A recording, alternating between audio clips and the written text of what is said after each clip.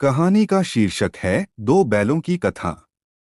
लेखक हैं मुंशी प्रेमचंद। जानवरों में गधा सबसे ज्यादा बुद्धिहीन समझा जाता है। हम जब किसी आदमी को पल्ले दर्जे का बेवकूफ कहना चाहते हैं तो उसे गधा कहते हैं। गधा सचमुच बेवकूफ है या उसके सीधेपन, उसकी निरापद सहिष्णुता ने उसे यह पदवी दे दी है, इसका निश्चय नहीं किया जा सकता। गायें सींग मारती हैं, ब्याई हुई गाय तो अनायास ही सिंहनी का रूप धारण कर लेती है। कुत्ता भी बहुत गरीब जानवर है, लेकिन कभी कभी उसे भी क्रोध आ ही जाता है।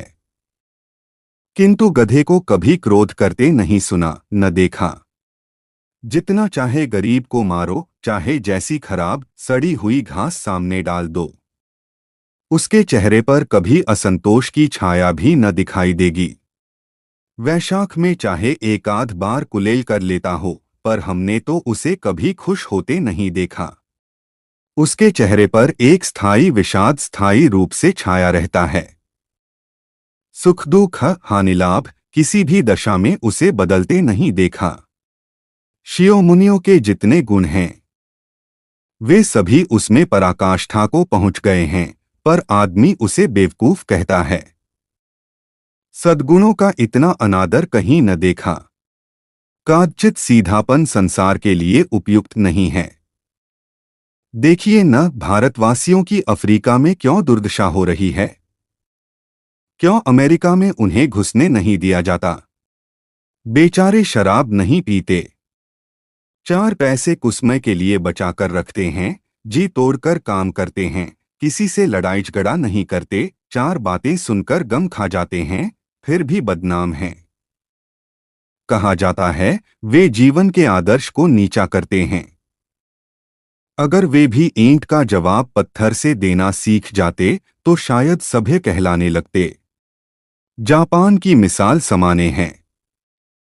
एक ही विजय ने उसे संसार की सभ्य जातियों में गण्य बना दिया। लेकिन गधे का एक छोटा भाई और भी है जो उससे कम ही गधा है, और वह है बैल। जिस अर्थ में हम गधा का प्रयोग करते हैं, कुछ उसी से मिलते जुलते अर्थ में बछिया के ताऊ का भी प्रयोग करते हैं। कुछ लोग बैल को शायद बेवकूफों में सर्वश्रेष्ठ कहेंगे, मगर हमारा विचार ऐसा नहीं है। बैल कभी कभी मारता भी है, कभी कभी अड़ियल बैल भी देखने में आता है, और भी कई रीतियों से अपना असंतोष प्रकट कर देता है, अतएव उसका स्थान गधे से नीचा है। जूरी कांची के दोनों बैलों के नाम थे हीरा और मोती। दोनों पछाई जाति के थे, देखने में सुंदर, काम में चौकस, दिल में ऊंचे। बहुत दिनों से साथ रहते रहते दोनों में भाईचारा हो गया था। दोनों आमने सामने या आसपास बैठे हुए एक दूसरे से मूक भाषा में विचार विनिमय करते थे। एक दूसरे के मन की बात कैसे समझ जाता था, हम नहीं कह सकते। अवश्य ही उनमें कोई ऐसी गुप्त शक्ति थी जिससे जीवों में श्रेष्ठता का दावा करने वाला मनुष्य वंचित है। दोनों एक दूसरे को चाटकर और सूंघकर अपना प्रेम प्रकट करते, कभी कभी दोनों सींग भी मिला लिया करते थे, विग्रह के नाते से नहीं, केवल विनोद के भाव से, आत्मीयता के भाव से। जैसे दोस्तों में घनिष्ठता होते ही धौलधप्पा होने लगता है। इसके बिना दोस्ती कुछ फुसफुसी, कुछ हल्की सी रहती है, जिस पर ज्यादा विश्वास नहीं किया जा सकता। जिस वक्त ये दोनों बैल हल या गाड़ी में जोत दिए जाते और गर्दन हिला हिला कर चलते, उस वक्त हर एक की यही चेष्टा होती थी कि ज्यादा से ज्यादा बोझ मेरी ही गर्दन पर रहे। दिन भर के बाद दोपहर या संध्या को दोनों खुलते तो एक दूसरे को चाट चूट कर अपनी थकान मिटा लेते। नाद में खली भूसा पड़ जाने के बाद दोनों साथ उठते, साथ नाद में मुंह डालते और साथ ही बैठते थे। एक मुंह हटा लेता तो दूसरा भी हटा लेता था। संयोग की बात है, झूरी ने एक बार गोई को ससुराल भेज दिया। बैलों को क्या मालूम वे क्यों भेजे जा रहे हैं। समझे मालिक ने हमें बेच दिया। अपना यूं बेचा जाना उन्हें अच्छा लगा या बुरा, कौन जाने पर झूरी के साले गया को घर तक गोई ले जाने में दांतों पसीना आ गया। पीछे से हाँकता तो दोनों दाएं बाएं भागते, पगहिया पकड़कर आगे से खींचता तो दोनों पीछे को जोर लगाते, मारता तो दोनों सींग नीचे करके हूं करते। अगर ईश्वर ने उन्हें वाणी दी होती तो झूरी से पूछते, तुम हम गरीबों को क्यों निकाल रहे हो?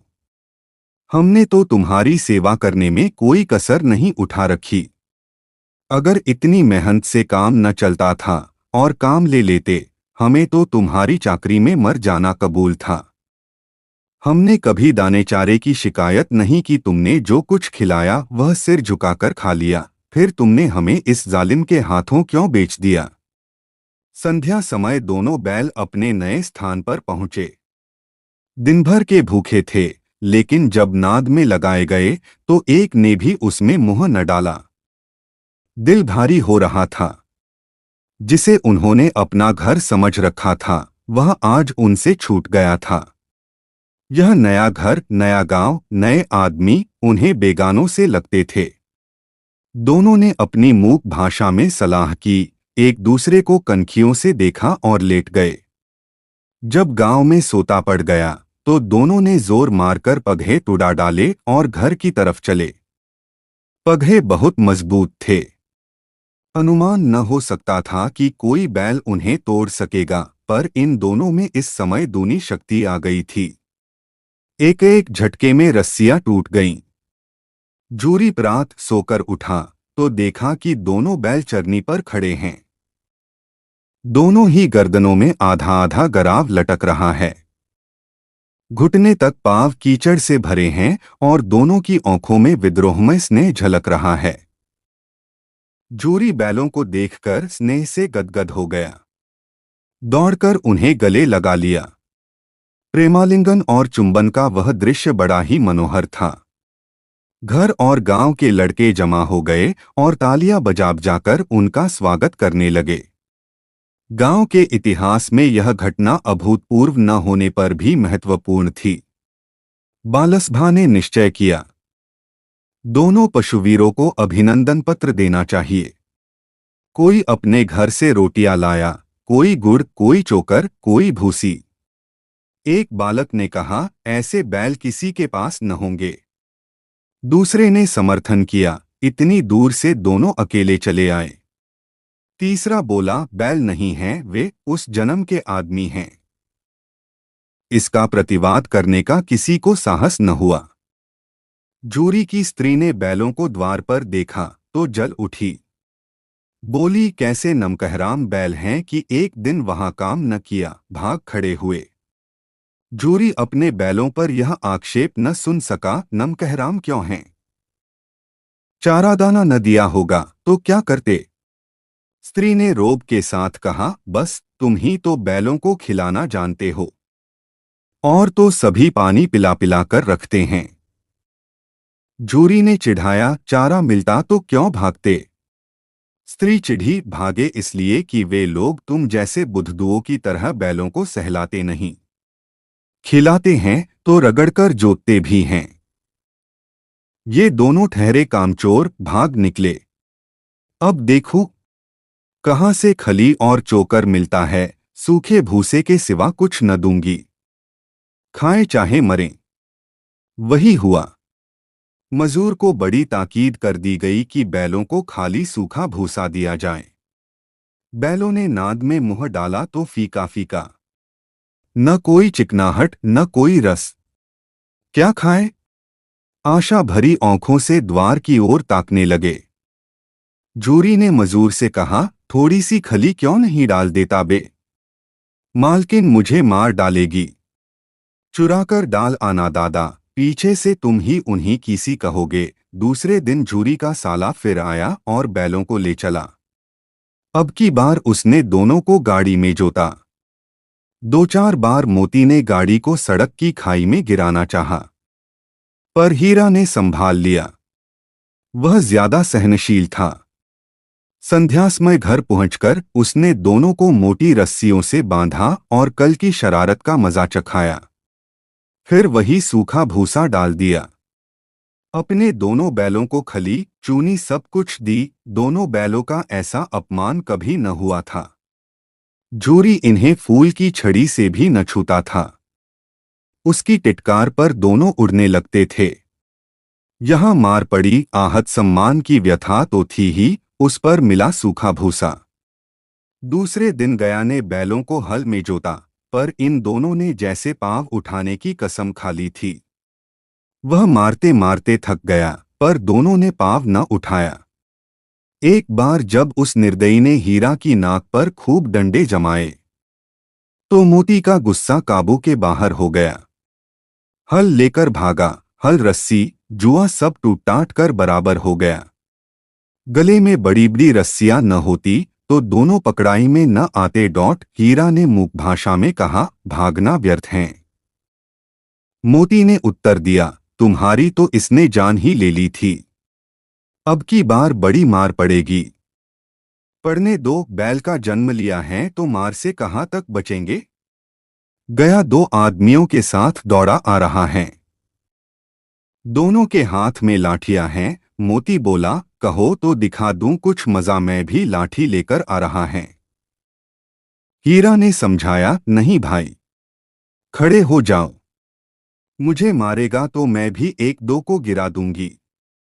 नहीं, हमारी जाति का यह धर्म नहीं है। मोती दिल में ऐंठ कर रह गया। गया आ पहुंचा और दोनों को पकड़कर ले गया। कुशल हुई कि उसने इस वक्त मारपीट न की, नहीं तो मोती भी पलट पड़ता। उसके तेवर देख कर गया और उसके सहायक समझ गए कि इस वक्त टाल जाना ही मसलहत है। आज दोनों के सामने फिर वही सूखा भूसा लाया गया। दोनों चुपचाप खड़े रहे।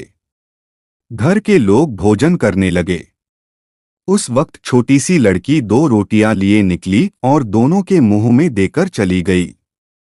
उस एक रोटी से इनकी भूख तो क्या शांत होती, पर दोनों के हृदय को मानो भोजन मिल गया। यहाँ भी किसी सज्जन का वास है। लड़की भैरों की थी। उसकी माँ मर चुकी थी।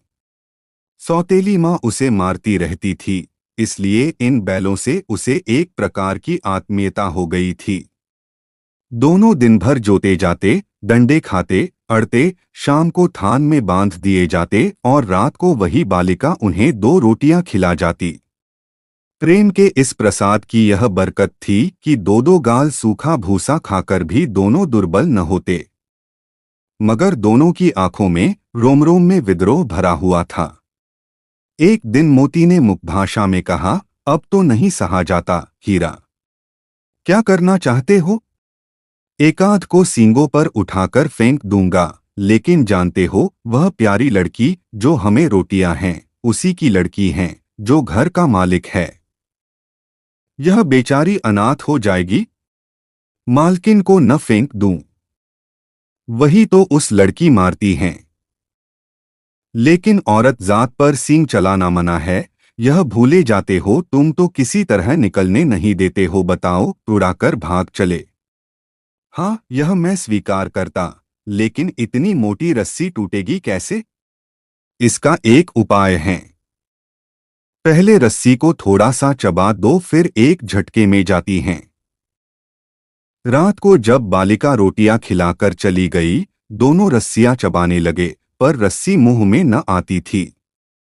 बेचारे बार बार जोर लगाकर रह जाते थे। सहसा घर का द्वार खुला और वही लड़की निकली। दोनों सिर झुकाकर उसका हाथ चाटने लगे। दोनों की पूंछें खड़ी हो गई। उसने उनके माथे सहलाए और बोली, खोले देती हूं। चुपके से भाग जाओ, नहीं तो यहाँ के लोग मार डालेंगे। आज ही घर में सलाह हो रही है कि इनकी नाकों में नाथ डाल दी जाए। उसने गराव खोल दिया, पर दोनों चुपचाप खड़े रहे। मोती ने अपनी भाषा में पूछा, अब चलते क्यों नहीं? हीरा ने कहा, चलें तो, लेकिन कल इस अनाथ पर आफत आएगी। सब इसी पर संदेह करेंगे। सहसा बालिका चिल्लाई, दोनों फूफा वाले बैल भागे जा रहे हैं। ओ दादा, दोनों बैल भागे जा रहे हैं, जल्दी दौड़ो। गया हड़बड़ाकर बाहर निकला और बैलों को पकड़ने चला। वे दोनों भागे। गया ने पीछा किया और भी तेज हुए। गया ने शोर मचाया। फिर गांव के कुछ आदमियों को भी साथ लेने के लिए लौटा।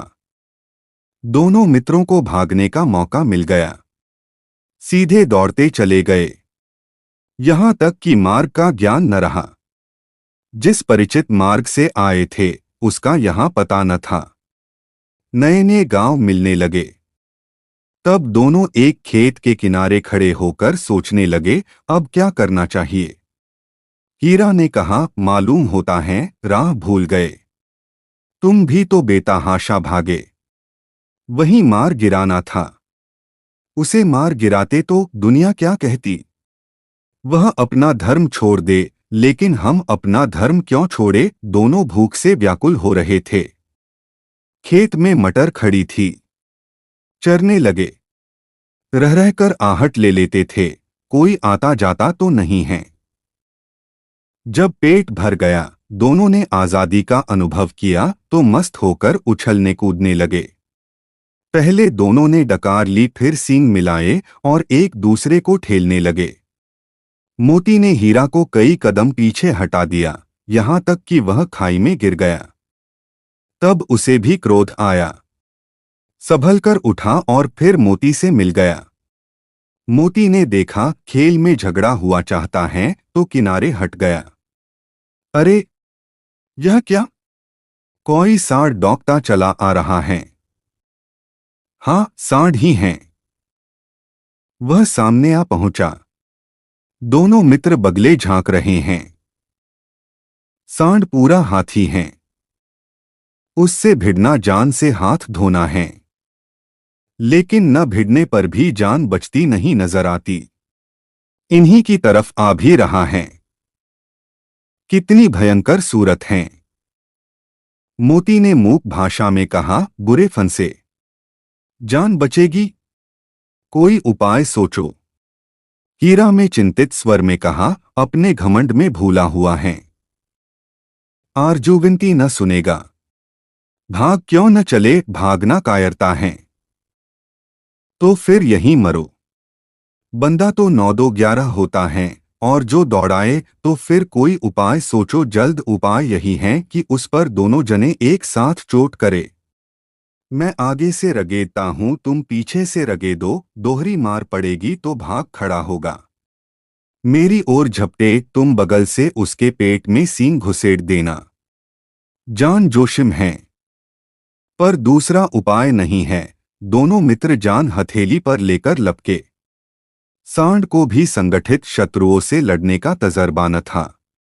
वह तो एक शत्रु से मल्लयुद्ध करने का आदी था। जो ही हीरा पर झपटा, मोती ने पीछे से दौड़ाया। सांड उसकी तरफ मुड़ा तो हीरा ने रगेदा। सांड चाहता थी कि एक एक करके दोनों को गिरा ले, पर ये दोनों भी उस्ताद थे, उसे अवसर न देते थे।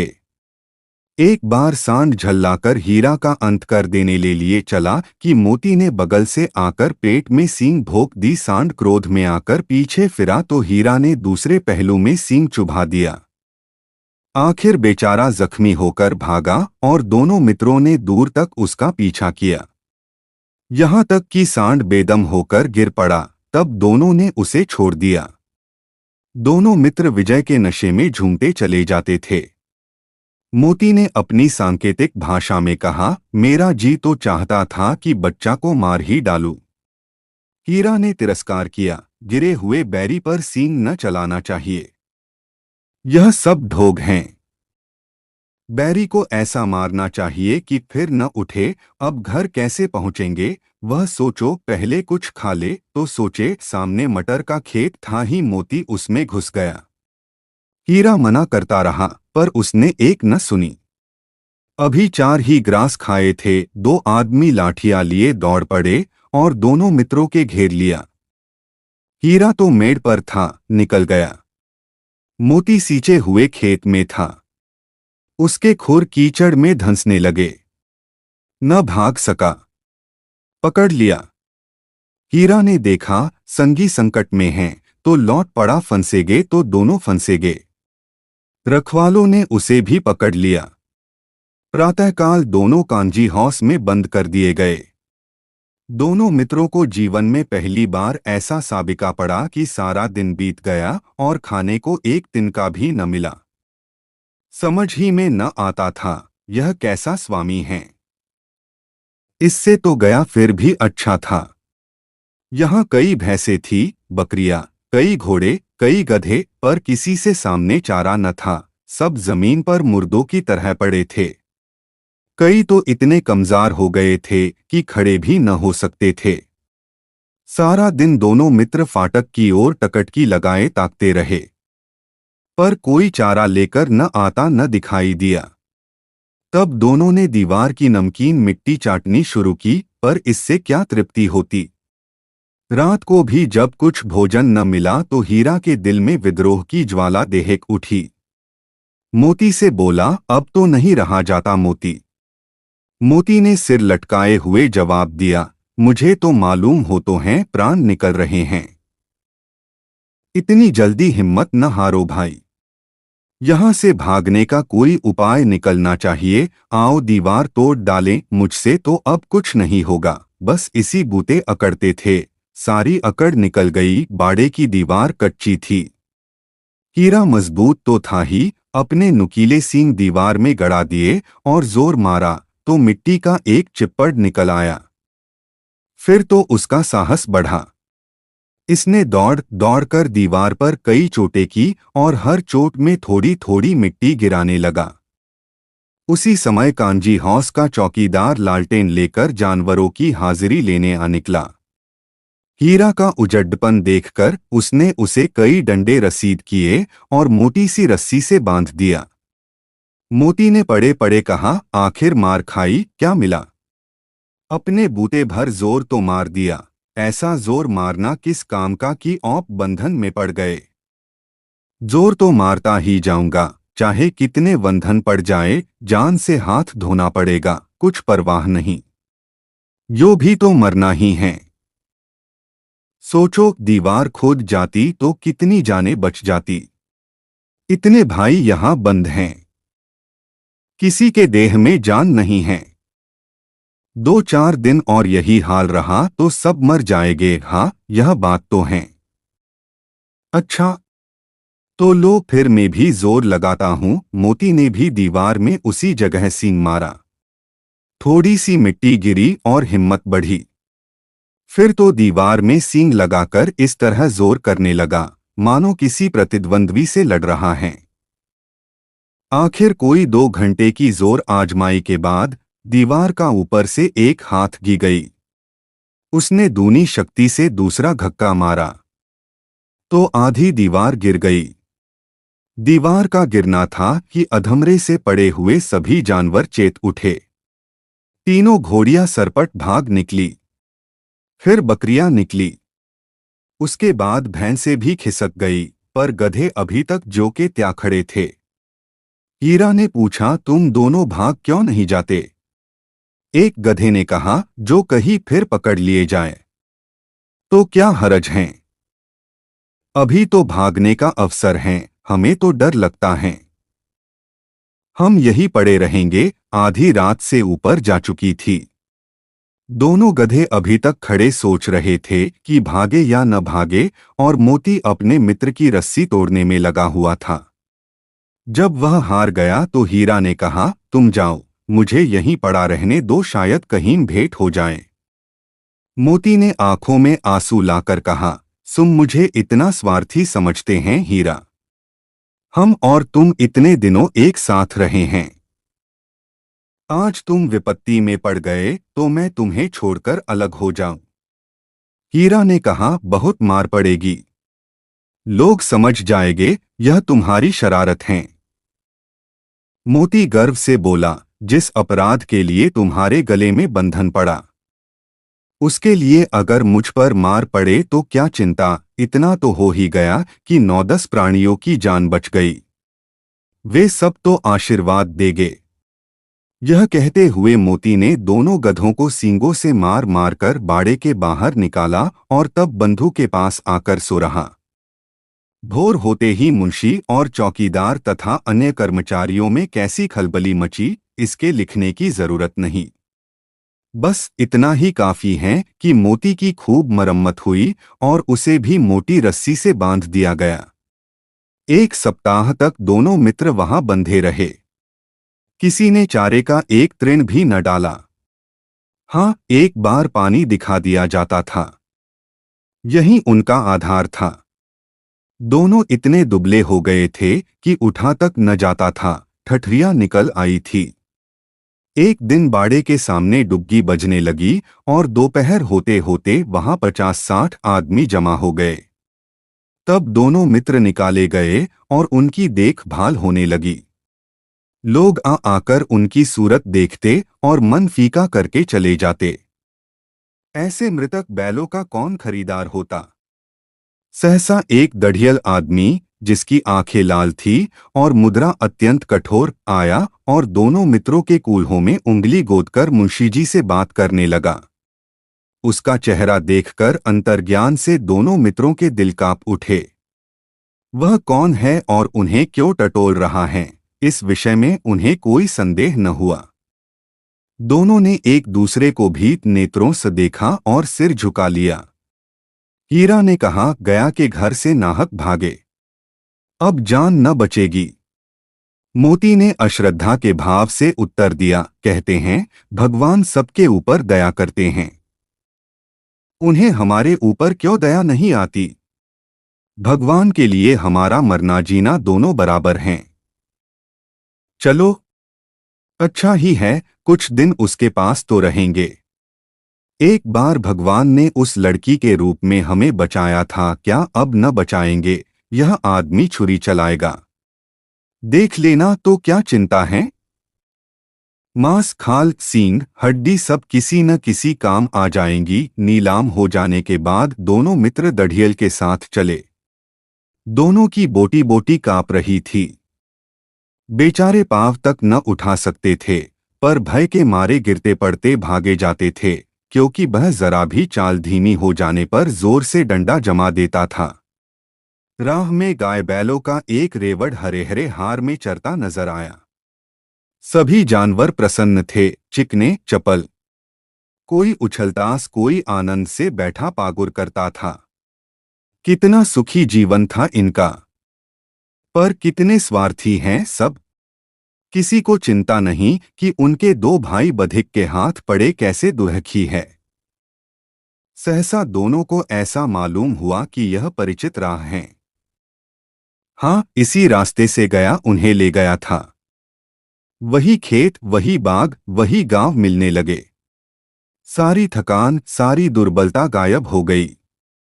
आह, यह लो, अपना ही हार आ गया। इसी कुएं पर हम पुर चलाने आया करते थे, यही कुआं है। मोती ने कहा, हमारा घर नगीच आ गया। हीरा बोला, भगवान की दया है। मैं तो अब घर भागता हूं। यह जाने देगा, इसे मार गिराता हूं। नहीं नहीं, दौड़कर थान पर चलो, वहां से आगे न जाएंगे। दोनों उन्मत्त होकर बछड़ों की भांति कुलेले करते हुए घर की ओर दौड़े, वह हमारा थान है। दोनों दौड़कर अपने थान पर आए और खड़े हो गए। दढ़ियल भी पीछे पीछे दौड़ा चला आता था। धूरी द्वार पर बैठा धूप खा रहा था। बैलों को देखते ही दौड़ा और उन्हें बारी बारी से गले लगाने लगा। मित्रों की आंखों से आनंद के आंसू बहने लगे। एक झूरी के हाथ चाट रहा था। दढ़ियल ने जाकर बैलों की रस्सी पकड़ ली। झूरी ने कहा, मेरे बैल हैं। तुम्हारे बैल कैसे। मैं मवेशी खाने से नीलाम लिए आता हूं। मैं समझता हूं कि चुराए लिए आते हो। चुपके से चले जाओ। मेरे बैल है, मैं बेचूंगा तो बिकेंगे। किसी को मेरे बैल नीलाम करने का क्या अख्तियार है। जाकर थाने में रपट कर दूंगा। मेरे बैल हैं। इसका सबूत है कि मेरे द्वार पर खड़े हैं। दढ़ियल झल्लाकर बैलों को जबरदस्ती पकड़ ले जाने के लिए बढ़ा। उसी वक्त मोती ने सीम चलाया। दढ़ियल पीछे हटा। मोती ने पीछा किया। दढ़ियल भागा। मोती पीछे दौड़ा। गांव के बाहर निकल जाने पर वह रुका, पर खड़ा दढ़ियल का रास्ता देख रहा था। दढ़ियल दूर खड़ा धमकियां दे रहा था, गालियां निकाल रहा था, पत्थर फेंक रहा था। और मोती विजी शूर की भांति उसका रास्ता रोके खड़ा था। गांव के लोग यह तमाशा देखते थे और हंसते थे। जब दढ़ियल हारकर चला गया तो मोती अकड़ता हुआ लौटा। हीरा में कहा, मैं डर रहा था कि कहीं तुम गुस्से में आकर मार न बैठो। अगर वह मुझे पकड़ता तो बीमारी न छोड़ता, अब न आएगा। आएगा तो दूर ही से खबर लूंगा। देखो कैसे ले जाता है। जो गोली मरवा दे। मर जाऊंगा पर उसके काम तो न आऊंगा। हमारी जान को कोई जान ही नहीं समझता, इसीलिए कि हम इतने सीधे हैं। जरा देर में नादों में खली, भूसा, चोकर और दाना भर दिया गया और दोनों मित्र खाने लगे। जूरी खड़ा दोनों को सहला रहा था और 20 लड़के तमाशा देख रहे थे। सारे गांव में उत्साह सा मालूम होता था। उसी समय मालकिन ने आकर दोनों के माथे चूम लिए।